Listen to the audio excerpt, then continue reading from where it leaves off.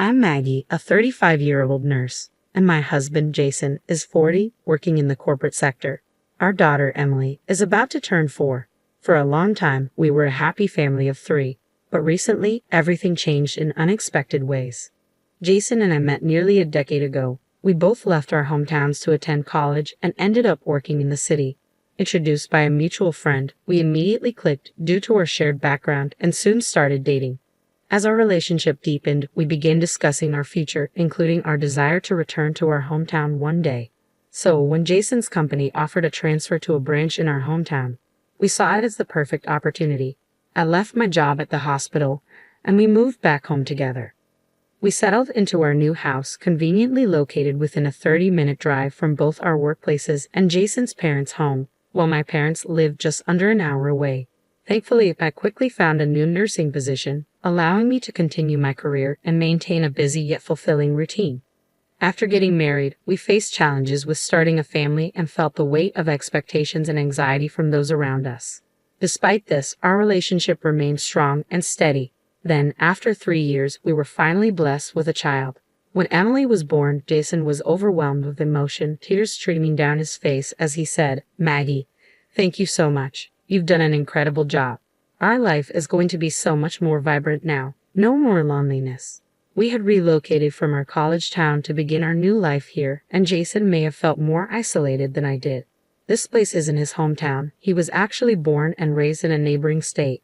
His parents had moved here after he started college, so his childhood home is over 3 hours away, a distance that makes casual visits with old friends difficult. Moreover, Jason had to give up his soccer hobby because he couldn't find any teammates here. I understood the stress and loneliness he might be feeling, but I'm not sure if I was attentive enough. I was juggling most of the housework and working hard as a nurse, even during my pregnancy, leaving me with little spare time. Consequently, we rarely had moments to spend together as a couple. When we discussed our future, I realized that my well-intentioned efforts to ease his burden by taking on all the housework had backfired. Jason wanted us to share these responsibilities, but I had been refusing his offers to help, thinking it would be a burden to him. Reflecting on it now, it seems silly to have viewed it as a trouble. Jason is a social person, and by declining to help with chores, I unintentionally hindered his chances of making friends. To address this, I spoke with my boss about being exempt from night shifts for a while so we could spend more time together. I was prepared to change jobs if necessary, but my request was granted without much resistance. In our rural area, it's expected for women to handle housework and childcare, so mothers with young children are typically not required to work night shifts. Though I'm frustrated by these outdated norms, I try not to let it affect me too much. Jason faced teasing for being a modern dad just for taking Emily to her checkups and vaccinations, but we chose to ignore it. As Emily grew and began reaching new milestones, we celebrated each development together. 4 years passed in what felt like the blink of an eye. However, recently, I've become increasingly concerned. Jason's behavior has grown strange and distant. When I try to talk to him, he either ignores me or responds with short, disinterested answers. His enthusiasm for spending time with Emily has waned as well. He's been taking her to his parents' house more frequently and has stopped playing with her outside near our home. At first, I thought it was just my imagination, but the situation has only worsened. Jason has ceased doing any housework or helping with childcare and has been isolating himself in his room. He's been coming home late during the week and going out aimlessly on weekends. Emily has also become more reserved with him. I'm deeply concerned about the impact this is having on our daughter, but Jason seems unwilling to discuss what's going on. What should I do? This situation is not healthy for Emily, and I'm at a loss for how to address it.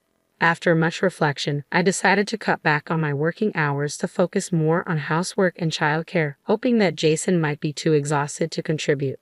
As Emily grew, I gradually increased my hours and even started taking evening shifts. Although I discussed these changes with Jason, our opportunities for meaningful conversations have dwindled, and he might feel overwhelmed by the shift in our routine. I realized I needed to return to the routine of coming home early, enjoying family meals together, and spending quality time with my family, just as we used to. I spoke up and successfully switched back to daytime shifts. I have been putting in extra effort, preparing meals from scratch instead of relying on pre-made options. But despite these changes, Jason's behavior hasn't improved. He doesn't initiate conversations and responds with disinterest when I try to talk to him, often avoiding eye contact. When I ask if he's tired or if something is troubling him, he simply replies, "Nothing in particular." As a result, I've stopped engaging more than necessary. Although I sense that something needs to be addressed, I'm at a loss for a solution. Now, Jason is about to take a long break from work. At his company, employees take turns taking about a week off after busy periods to use up their vacation days. I had hoped to use this time for a trip or some leisure activities with Emily, who has become more understanding. However, not wanting to add to Jason's stress, I decided against it. Instead, I suggested ways he might relieve his stress. "Do you have any plans for your upcoming time off?" I asked. "Nothing in particular," he responded. "How about visiting your old classmates or maybe going on a trip with your parents?" I proposed. "Yeah, maybe I will," he replied, sounding non-committal. On the day Jason was supposed to leave, he departed without a word. He returned a week later, and though I had no idea where he had been or who he had been with, his expression seemed somewhat lighter, which was a small relief. Since then, he has been spending more nights away, leaving on Friday nights and not returning until Monday, heading straight to work from wherever he goes. I still don't know what he's up to or where he is. He might be reconnecting with old friends or exploring a new hobby. Our conversations remain sparse, but since he doesn't appear to be in a bad mood, I'm choosing to observe rather than confront. Not long after, I felt ill and went in for a checkup at the hospital. At work, my blood test results came back concerning, leading to further testing, which revealed a malignant tumor. I felt a strange sense of relief that it was caught early due to a routine check. The doctors believe it can be removed with endoscopic surgery, but I was still deeply disheartened. When I told Jason about the diagnosis and the upcoming surgery and hospitalization, he barely glanced up from his phone and simply said, "I see." His indifferent reaction left me at a loss for words. I managed the housework and packed my belongings for the hospital up until the day before my admission. Meanwhile, Jason took Emily and went back to his parents' house, saying he would be working from there and wouldn't be home for a while. In fact, Jason brought up divorce just yesterday. He argued that it's not just about the surgery to remove the tumor, but also the ongoing treatment that would follow. He said the burden on me, Emily, and my parents is too much and suggested we end this burden. His words struck me deeply, and I was too exhausted to argue. After my discharge, I contacted my in-laws, and they pressured me to finalize the divorce. They told me, "We'll take Emily, just pay child support. Please expedite the divorce. Jason is sending the divorce papers and instructed me to sign them as soon as they arrive." I had hoped Jason would bring Emily back, but they have refused to send her home. I'm unsure if Jason is even at his parents' house, as he won't answer the phone. I was going about the housework in a daze, but something felt distinctly wrong. The mess was overwhelming, even for an empty house. Had Jason come back? As I cleaned his room, I stumbled upon a disturbing discovery: women's loungewear. My worst fears were confirmed.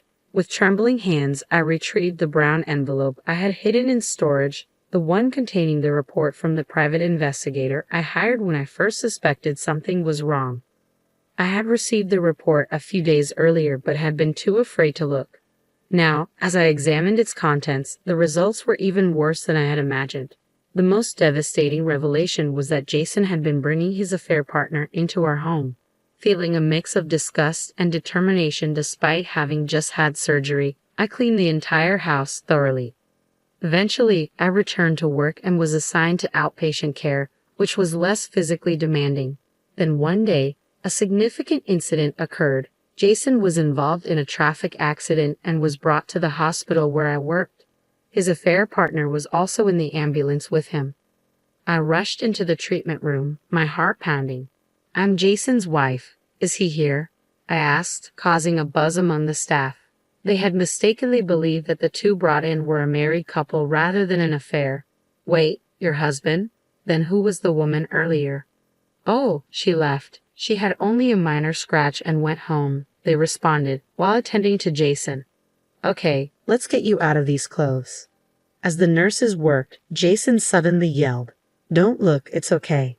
Despite his protests, several nurses restrained him and removed his shirt and undershirt.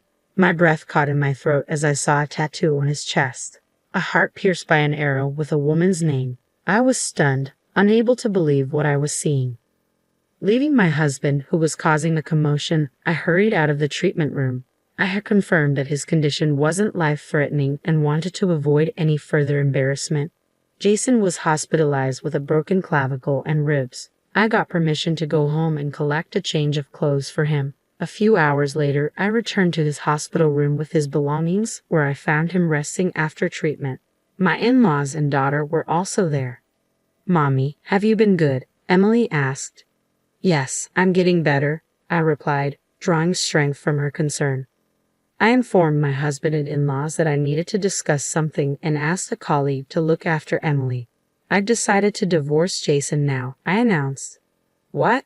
At a time like this, my mother-in-law protested. "It's better to address it sooner rather than later. I'll handle Emily," I said firmly. "What? Don't be ridiculous. We'll take care of Emily," she insisted. "Let me ask you this. Do you know where Emily likes to go the most?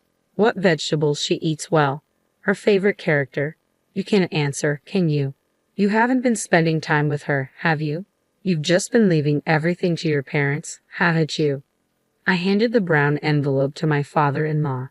As he reviewed its contents, my in-laws went pale but managed to maintain their composure. They must have already known about their son's affair. "I will take custody of our daughter," I declared firmly. "You two will not be involved with her ever again." "You can't just deny us access to her," my mother-in-law argued. "Jason has a tattoo of another woman's name and a heart on his chest. Is that the behavior of a suitable father?" I said, unmoved by their protests. My in-laws, seemingly unaware of the tattoo, were visibly shaken, but I continued without hesitation. I brought up the disarray in the house and the women's loungewear I had found. It's absolutely unforgivable that he brought his affair partner into our home while I was hospitalized. I held them equally responsible for turning a blind eye to their son's actions and neglecting his daughter. I intend to fight for custody, demand child support, and seek alimony from both Jason and his affair partner, I stated resolutely. I cannot entrust my daughter to a father who abandons her for an affair. My mother-in-law attempted to defend themselves, probably claiming they had been caring for Emily properly, but I ignored her. "If you want mediation or a court battle, go ahead. But be aware, it might become public knowledge that Jason's affair is the cause." The divorce was soon finalized, and I gained custody of Emily. We relocated to start fresh. It turns out Jason's affair was more complicated than initially known. It was a case of double adultery. He's now being sued for alimony by his affair partner's husband. In our small town, the gossip quickly spread, and Jason has found himself in an uncomfortable position at work. He can't resign due to the ongoing alimony and child support payments. Interestingly, since Jason had no savings, his father extended his retirement, and his mother took on a part-time job to help financially. "Since tomorrow is a day off, let's go out, Emily. Where would you like to go?" I asked. "I want to see the elephants," she replied excitedly. "Then let's head to the zoo and enjoy something delicious on the way back," I suggested. "Yay!" Emily cheered. "My health has improved, and I'm enjoying a peaceful life with my daughter."